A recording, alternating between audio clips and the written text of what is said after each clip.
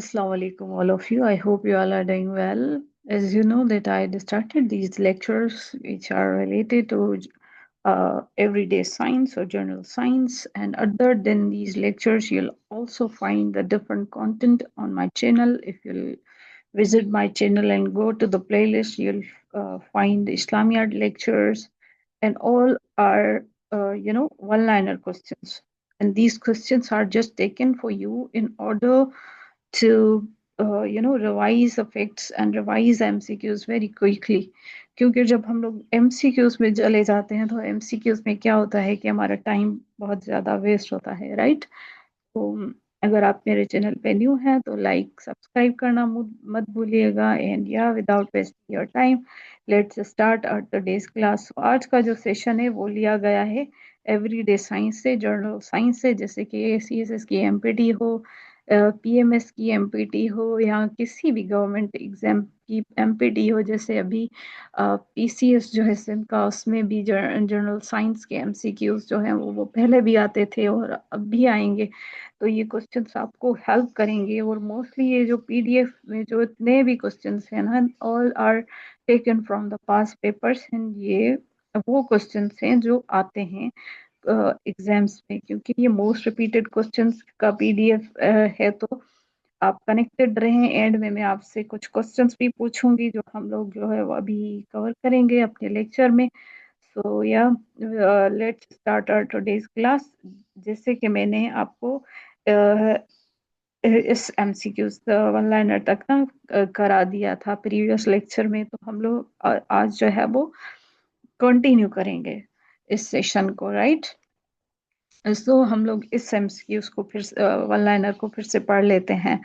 So the lens which is thinner at the centre, वो lens जो thinner हो centre से एंड थिकर हो एजेस से, उसे हम कहते हैं कॉनकेव लेंस। कॉनकेव लेंस, और कॉनकेव जो होता है ना, वो शॉर्ट साइटेडनेस के लिए हेल्प आउट करता है, और कॉन्वेक्स जो होता है वो लॉन्ग साइटेडनेस के लिए यूज होता है। अब ये देखें, सेकंड सेकंड वन लाइनर देखें जिसमें पूछा गया है कि जस्ट अ मिनट, या they asked us about the lens which is thicker at the center। अब ये जो होता है वो thicker होता है सेंटर से, एंड thinner होता है edges से, उसे हम कहते हैं convex lens। we call it convex lens, okay? अब जो है वो हम लोग नेक्स्ट वन लाइनर की तरफ आते हैं। तो next one liner is the diameter of the lens is called. जो डायामीटर होता है, डायामीटर आपको आपको पता है कि अगर एक सर्कल है तो उसको अगर हम लोग हाफ कर दें, उसको मेजर करें उसको हाफ को, तो उसे हम कहते हैं डायामीटर। और पूरा अगर गोल जितना सर्किल है उसको अगर हम लोग जो है वो देखते हैं तो उसे हम सरकमफेरेंस कहते हैं। तो इसमें पूछा गया है diameter of the lens is called. जो डायामीटर होता है लेंस का, उसे हम क्या कहते हैं? तो उसे हम कहते हैं aperture. Okay, we call it aperture, right? And the diameter of a lens, okay, is called aperture. The next one liner is energy in the sun produced by the hydrogen nuclei is the result of fusion। अब जो सन पे जो energy का process, energy हमें सन से जो मिलती है वो हमें मिलती है बेसिकली जो फ्यूजन का प्रोसेस होता है, फ्यूजन का, राइट, उससे हमें मिलती है। अगर हम लोग नेक्स्ट वन लाइनर की बात करें तो next one liner is ohm. Ohm is the unit of which quantity? Ohm is the unit of resistance, okay? It is a unit of resistance, right? Calorie is a unit of which quantity? आपको पता है heat की है, it is of heat। Calorie is the unit of which quantity? It is the unit of heat, okay? Dyne is the unit of which quantity? So it is the unit of force, right? It is a unit of force। Angstrom is the unit of which quantity? Angstrom जो है वो length की unit of air है। Unit जो है वो इसको हम जो है वो क्वांटिटी को, जो लेंथ को देखते हैं हम लोग, राइट? एंगस्ट्रॉम कहते हैं हम लोग यूनिट ऑफ द क्वांटिटी किसकी? लेंथ की। Becquerel is the unit of which quantity, तो वो रेडियो एक्टिविटी होती है, राइट। अच्छा जी, हु इन्वेंटेड प्रिंटिंग प्रेस। अब ये देखें, ये वो एमसीक्यूज लिए गए हैं जो रिपीटेड हैं, तो ये क्वेश्चंस हमने पहले भी कवर किए हैं सीपीडीएफ में, पर जो पूछने का अंदाज था उनका थोड़ा सा डिफरेंट था। हमें पूछा गया था पहले कि प्रिंटिंग प्रेस जो है वो किसने जो है वो इन्वेंट की, राइट। इस एमसीक्यूज को जो है वो थोड़ा सा डिफरेंट तरीके से पूछा गया था प्रीवियसली। अब ये जैसे है ना रेडियो एक्टिविटी, तो पहले पूछा गया था कि रेडियो एक्टिविटी जो है वो किसने जो है वो पहले देखी, या किसने इन्वेंट की, या ये चीजें जो है वो रिपीट हो रही हैं। फ्यूजन के प्रोसेस को थोड़ा सा डिफरेंट तरीके से पूछा गया था, राइट। और आई से रिलेटेड तो एमसीक्यूज आता ही आता है, जैसे हमने रेटिना पढ़ा था, जिसे हमने पढ़ा था कि भाई कौन सा जो ऐसा फैक्टर होता, आई मीन पार्ट होता है आई का, जो कलर, जो आई होता है कलर का, उससे रिलेटेड होता है। तो देखिए कितने एमसीक्यूज जो है वो रिपीट हो रहे हैं, right. Who invented printing press, तो वो थे जॉन गटनबर्ग, राइट।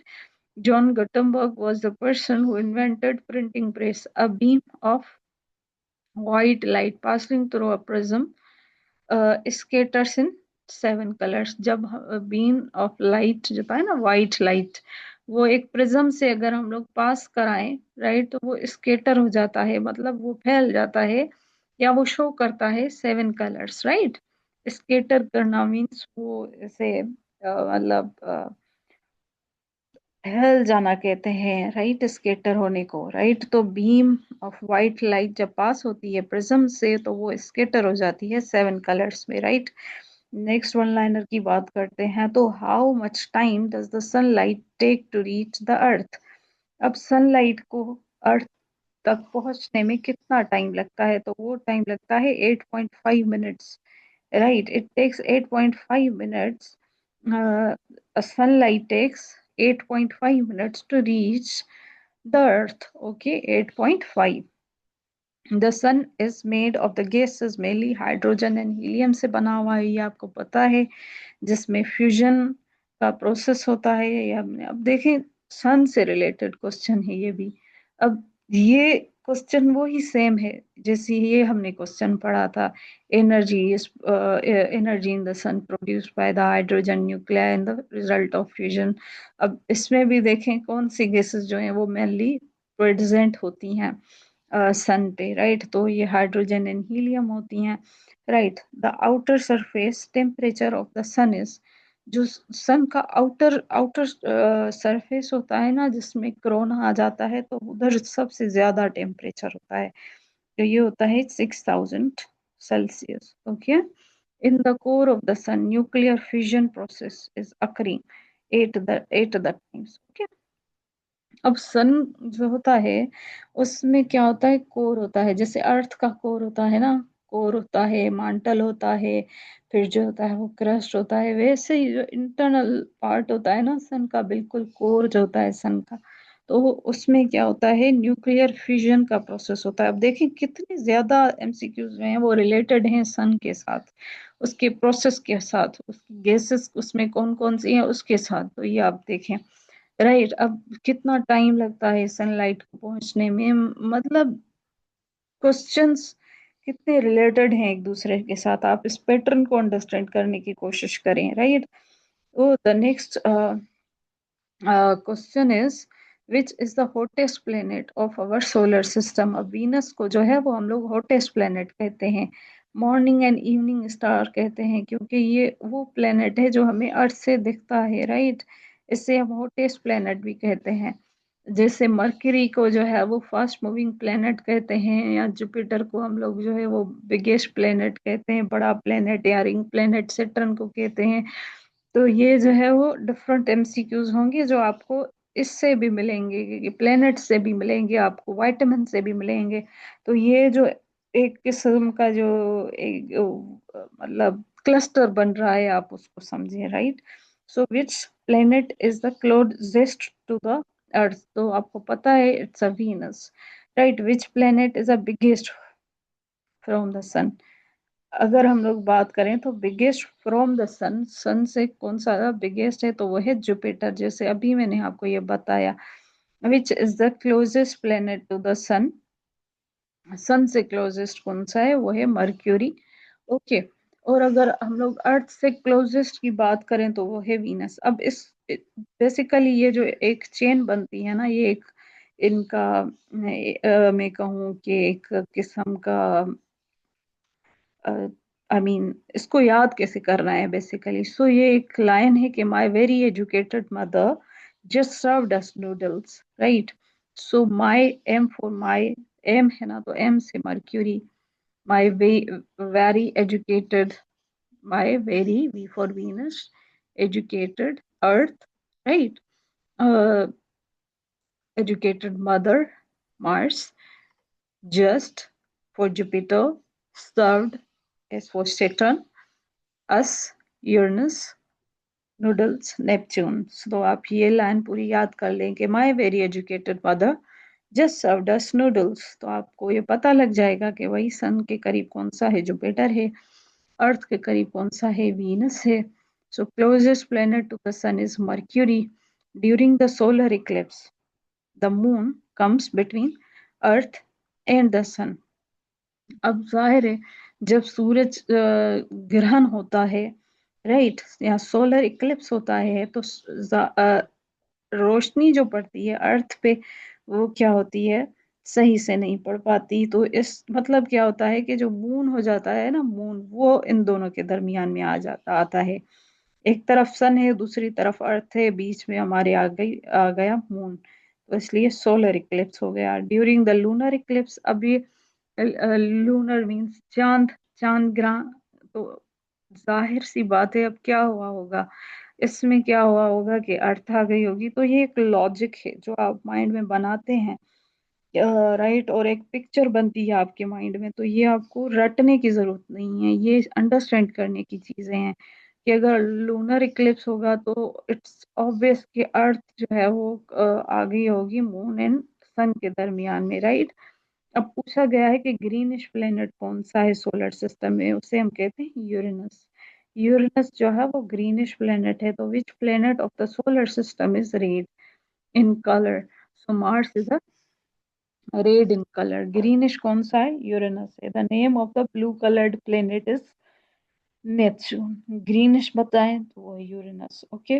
रेड होना अगर पूछें तो वो है मार्स, ब्लू पूछें तो वो है Neptune, okay. Formation and change of the seasons to another is due to Earth revolution. अब ये मोस्टली लोगों को पता नहीं होता कि अर्थ जो होती है वो रिवॉल्व भी कर रही होती है एट अ टाइम्स, और वो रोटेट भी कर रही होती है, राइट, सन के गिर्द। तो जब वो रोटेट करे, रोटेट, रोटेशन की बात हो रही है, रोटेशन, रोटेट करेगी तो क्या होगा कि चेंज होगा। अपना रोटेशन की बात करेंगे तो sun appears to rise from east and set on the west, means दिन और रात जो होता है ना वो रोटेशन की वजह से होता है। और अगर हम लोग रिवॉल्यूशन की बात करें तो वो सीजन्स चेंज होती हैं, राइट।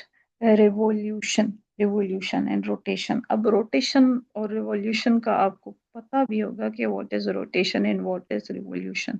अब अगर ये सन है, for example it's a sun, right, so earth जो होती है वो यूं रोटेट भी करती है और आगे भी बढ़ती जाती है, राइट। रिवॉल्व भी करेगी, रोटेट भी करेगी और रिवॉल्व भी करेगी, घूमती जाएगी, घूमती जाएगी। और जब वो क्या करेगी, रोटेट करेगी तो दिन और रात चेंज होंगे। पर अगर ये रिवॉल्व भी हो रही है, ये रिवॉल्व भी होती जा रही है, तो वो क्या होगा कि इससे जो है वो सीजन्स चेंज होंगी, राइट। सीजन्स में चेंजेस आएंगी, तो ये आपको पता होगा, right. The next question is ROM stands for random read only memory, right? Read only memory, ROM. Read only memory.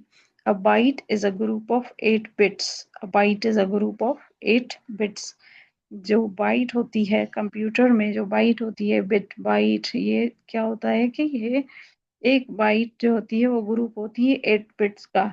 SMM stands for single inline memory module. SIMM stands for Single Inline Memory Module. Right, Single Inline Memory Module. अब हम लोग next question की बात कर लेते हैं कि 4 nibbles are equal to 2 bytes. अब अगर हम लोग 4 nibbles को मिला लें तो कितना 2 बाइट्स बनेंगे, राइट? कितने बनेंगे? 2 बाइट्स बनेंगे। अब नेक्स्ट क्वेश्चन के बारे में पूछ रहे हैं कि smallest unit of the memory, so the smallest unit of the memory is bit. Bit, okay, the smallest unit of memory is bit. अब आपको ये भी पता होगा कि इस टाइम जो पीसीएस है उस पे आपसे कंप्यूटर के क्वेश्चंस भी पूछे जाएंगे। तो देखें, ये पीडीएफ जो है ना, ये उसमें एज अ होल कवर किया गया है। इसमें आपको डिफरेंट एमसीक्यूज मिलेंगे। अब ये इन पे भी आप थोड़ा सा ध्यान दिया करें। इसलिए 1 megabyte is equal to 1024 kilobytes. अब मेगाबाइट्स के बारे में पूछ रहा है। मेगाबाइट होता है, टेराबाइट होता है, गीगाबाइट होता है, तो ये आपने कंप्यूटर में तो पढ़ा ही होगा। तो इसमें थोड़ी सी रिवीजन हो रही है कि 1 megabyte is equal to 1024 kilobytes. अब जो है वो मैं आपसे क्विकली थोड़ा सा पूछ लेती हूँ, रिवीजन करवा लेती हूँ आपकी।